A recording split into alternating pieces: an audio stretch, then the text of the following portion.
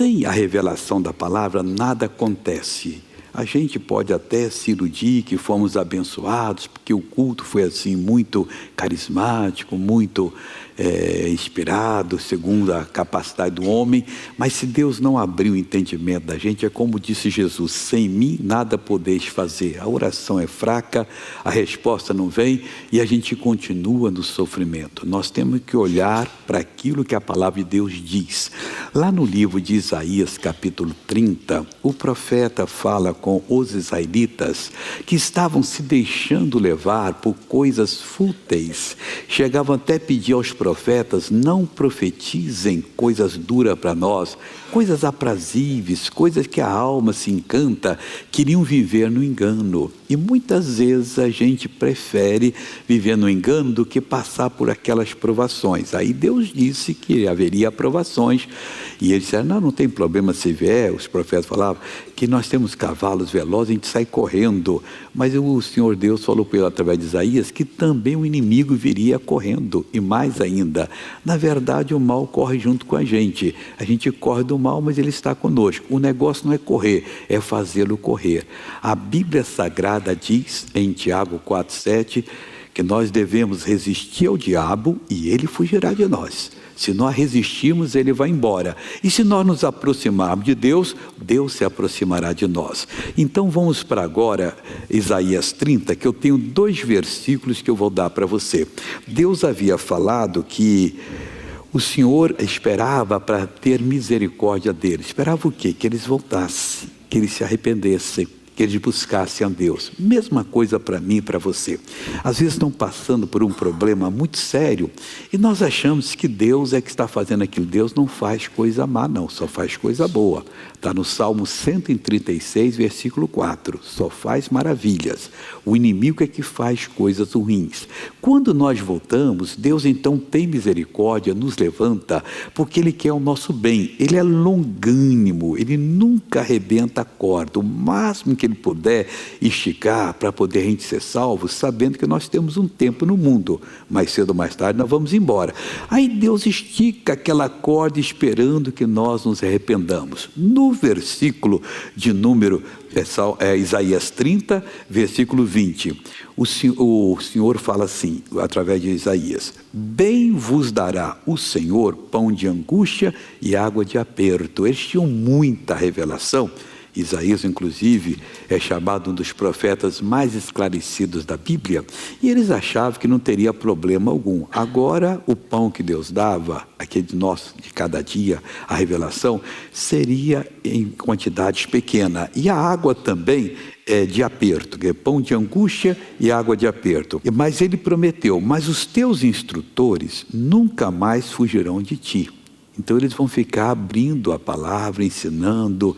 E muitas vezes você tem que ficar repetindo, porque há pessoas que são como crianças. Se você não insistir, eles não abrem os olhos e não veem que estão pisando fora e que o inimigo está destruindo eles.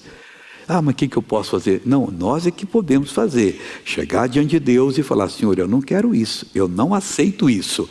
Então os instrutores não mais fugiriam deles, como voando com asas. Antes, os teus olhos verão a todos os teus mestres. Agora, no versículo seguinte, fala uma palavra muito importante que vale ajudar a partir de hoje. E os teus ouvidos ouvirão a palavra que está por detrás de ti, dizendo: este é o caminho. A palavra de Deus é como se estivesse por detrás de nós. A gente ouve, então que um pouquinho a gente entende. Como se ela estivesse longe. A gente ouve a palavra, na hora gostamos, mas depois ao meditar entendemos. Então, ele diz aqui: e os teus ouvidos ouvirão a palavra que está por detrás de ti, dizendo: este é o caminho. Você precisa tomar uma decisão, coloca diante de Deus e fique esperando. De repente, pela palavra de Deus, você já sabe o que vai tomar. Essa é a atitude que eu vou tomar. É isso que Deus falou. E quando você toma, vai ficar provado que você estava dirigido por Deus. Porque a palavra fala, é como se ela estivesse por detrás, longe, mas chega a revelação. E que mais? Andai nele, em quem? No caminho que Deus mostrar. E você percebe ao ouvir a palavra de Deus: sem vos desviardes nem para a direita e nem para a esquerda. Então este é o segredo. A gente anda nessa palavra sem nos desviarmos nem para a direita e nem para a esquerda. Simplesmente nós seremos abençoados pelo Senhor se a gente deixar que o Espírito de Deus fala conosco. E falou, não desvie. Mas eu achei, não ache. Faz o que Deus está falando, mas eu não estou entendendo completamente. Começa a repetir essa palavra. Deus, mostra para mim. Eu não quero. O que é de errado na minha vida, coloca um X. O que é certo, ó Deus, me faz sentir que é essa maneira. Em pouco tempo, você vai ver que as coisas vão mudar para você e vão mudar bastante em nome de Jesus. Amém? Eu tenho falado aqui sobre algumas coisas, sobre a divisão do reino de Davi, que foi muito sério. Davi era um homem que obedecia a Deus e no tempo dele a nação de Israel nunca perdeu uma batalha, ao contrário, as nações do lado se levantavam contra e Davi as vencia. E quando vencia aplicava um imposto sobre eles, e eles pagavam o imposto. Quando Salomão recebeu o reino, estava cheio de tributários de Israel, pessoas que pagavam tributo porque haviam sido vencidos. E Deus quer vitória para nós. E o Davi é o tipo do cristão que agrada a Deus. É aquela pessoa que era segundo o coração de Deus. Se eu não procuro na Bíblia o que Deus tem para mim, eu não vou ser de acordo com o coração de Deus. Mas se eu entendo e faço aquilo que o Senhor me diz, eu vou ser abençoado. O Davi morreu. Entrou Salomão, ficou 40 anos, como ele passou 40, e o reino de Salomão foi uma bênção, até na velhice dele. Quando chegou na velhice, o homem perdeu o juízo, casou-se com muitas mulheres, e o total foram 700, e ainda tinha 300 cabagalhos. Coitada delas. Talvez de 3 em 3 anos ele visitava uma delas ali ou mais. Isso é brincadeira. Mas o pecado não foi só esse, não. É que essas mulheres, a maioria veio de nações que tinham outros deuses, outro tipo de culto, e o Salomão se perverteu e chegou até a queimar incenso para aqueles deuses mentirosos. E o filho dele, coitado, o Deus falou com Salomão, olha, só não vou tirar o reino de você, porque eu prometi ao seu pai, mas o seu filho eu vou tirar. E Deus rasgou aquele reino. Eram 12 tribos, 12 filhos de Jacó, que cresceram com as suas famílias. E Deus tirou 10 e deu para Jeroboão, que foi outro pior. E o Roboão, que era filho de Salomão, reinou ali vários anos. Quando o Roboão estava reinando, esse Jeroboão, que fundou o reino do norte, ficava só pirraçando ele todo dia. Guerrinha pequena, e Deus proibiu que o reino de Davi, que era Judá, lutasse contra Samaria, que era do Jeroboão. Não podia fazer guerra, mas o outro perturbando. Aí o Roboão morreu, e o Abias tomou posse do reino. Não reinou mais do que 3 anos, quase chegou a 3 anos, e também morreu. Mas ele é mais ou menos como aquele cantor, que lançou um disco, todo mundo gostou e nunca mais ouviu falar do cantor, que era cantor de uma música só. Esse foi só para fazer uma guerra, que ele entrou ali, quase 3 anos. Porque o Jeroboão, todo o tempo perturbando ele, perturbando. Aí chegou um dia, vamos para o 2º livro de Crônicas, capítulo 13. No ano 18º do rei Jeroboão, reinou Abias sobre Judá. 3 anos reinou em Jerusalém. E era o nome de sua mãe, Micaía, filha de Uriel, da cidade de Gibeá. E houve guerra entre Abias e Jeroboão. E Abias ordenou a peleja com um exército de varões belicosos de 400.000 homens escolhidos. E Jeroboão dispôs contra ele a batalha com 800.000 escolhidos, todos varões valentes. Olha que coisa brava. Não dá nem para pensar uma guerra dessa, na base do facão, da lança, do porrete. 800.000 pessoas aqui e 400 aqui. Os 800 iam ganhar a batalha. Foi o que esse Jeroboão trouxe. E o Abias queria dar lição. O Abias era um misto assim, de uma pessoa que conhecia a palavra, mas que também seguia as orientações do pai dele, que não eram boas, que aprendeu com Salomão. E o Roboão foi muito chegado a esse negócio de adoração de ídolos e de deuses. Aí o Abias, mas tinha a palavra. O que ocorreu?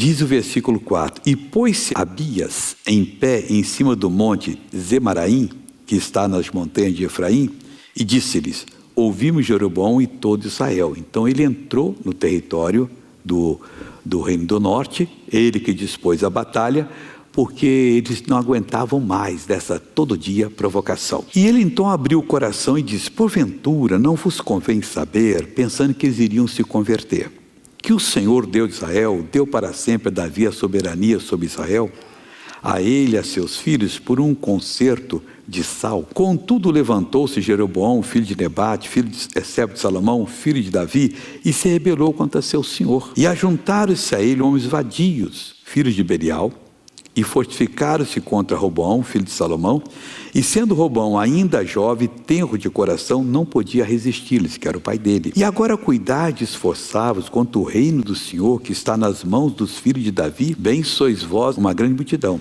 E tendes convosco os bezerros de ouro que Jeroboão vos fez para deuses. Não lançaste fora os sacerdotes do Senhor, os filhos de Arão, e os levitas? E não fizeste para vós sacerdote, como as nações das outras terras? Qualquer que venha consagrar-se com um novilho e 7 carneiros, logo se faz sacerdote daqueles que não são deuses. Porém, quanto a nós, o Senhor é o nosso Deus, e nunca o deixamos.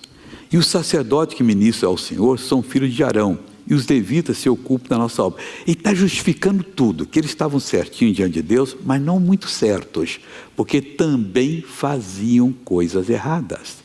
Eles não estavam fazendo a palavra de Deus. Muitas vezes a pessoa vem e quer receber uma bênção, mas aí, meu irmão, está num erro tremendo e não quer deixar. E tem pessoa que o erro é tão antigo que a pessoa não sente que está errada. Nós temos exemplo, que eu não vou citar para você, de pessoas que estavam assim. Mas por que Deus não me cura? Por que Deus não me liberta? Aí a gente vai conversar com a pessoa, começa a aprofundar e descobre, mas isso é pecado. E tem, não, é pecado? É.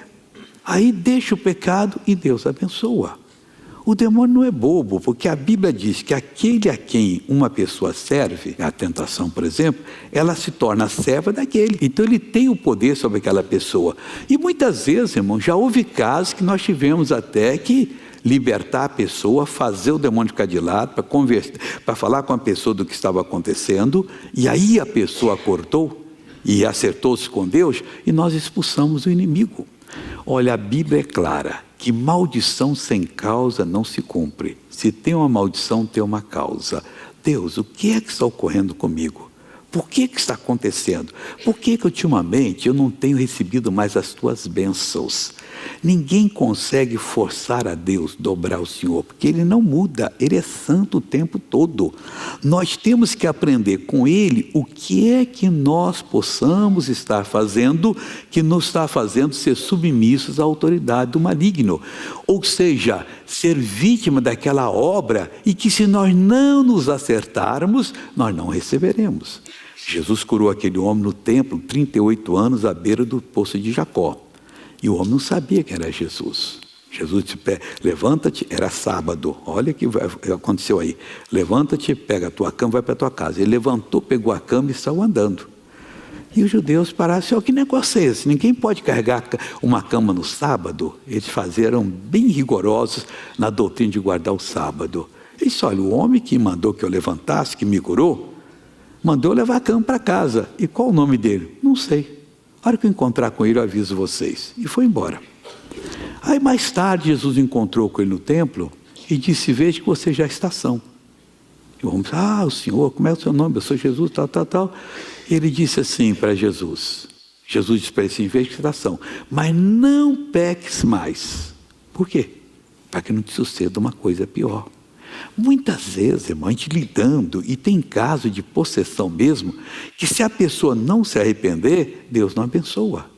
E muitas vezes a pessoa já até esqueceu que ela realmente está no vermelho com alguém ou com o próprio Deus. E ela precisa se acertar. Essa mensagem não é muito popular não, mas é que funciona. Porque aí você se desliga daquele poder maligno e o poder de Deus pode agir na sua vida. O nosso amigo Abias pregou bastante, provou que o sacerdócio era direitinho, porque o Jeroboão não quis saber de sacerdote, não, porque diziam, não, está errado, é o reino de Davi e tal, tirou todo mundo. E o que ocorria? Ele pegou as pessoas mais baixas da sociedade, aqueles que fazem qualquer coisa, e diz, você agora vai ser sacerdote. E aí constituía sacerdotes. E ele fez 2 bezerros de ouro, colocou um na terra de Dan, que era uma das tribos, e colocou o outro lá em Betel.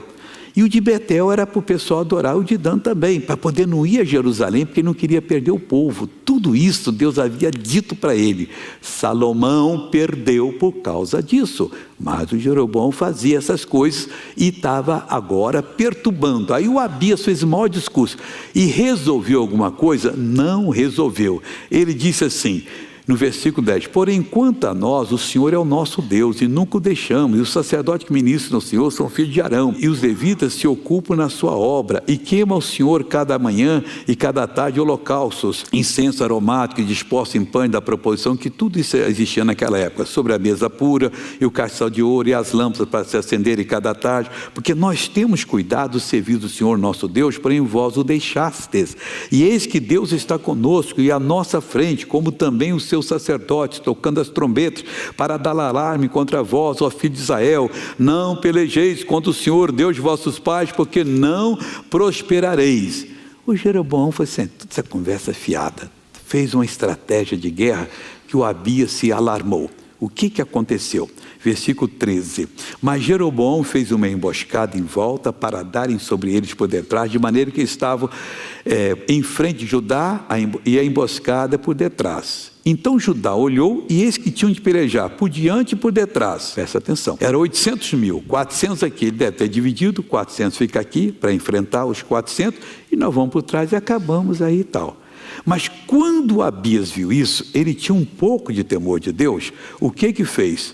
Ele diz assim, assim clamaram ao Senhor e os sacerdotes tocaram as trombetas. E os homens de Judá gritaram. E sucedeu que, gritando os homens de Judá, Deus feriu a Jeroboão e a todo Israel diante de Abias e de Judá. E os filhos de Israel fugiram de diante de Judá, que era o do Abias, que era da casa de Davi. E Deus os entregou nas mãos de Judá.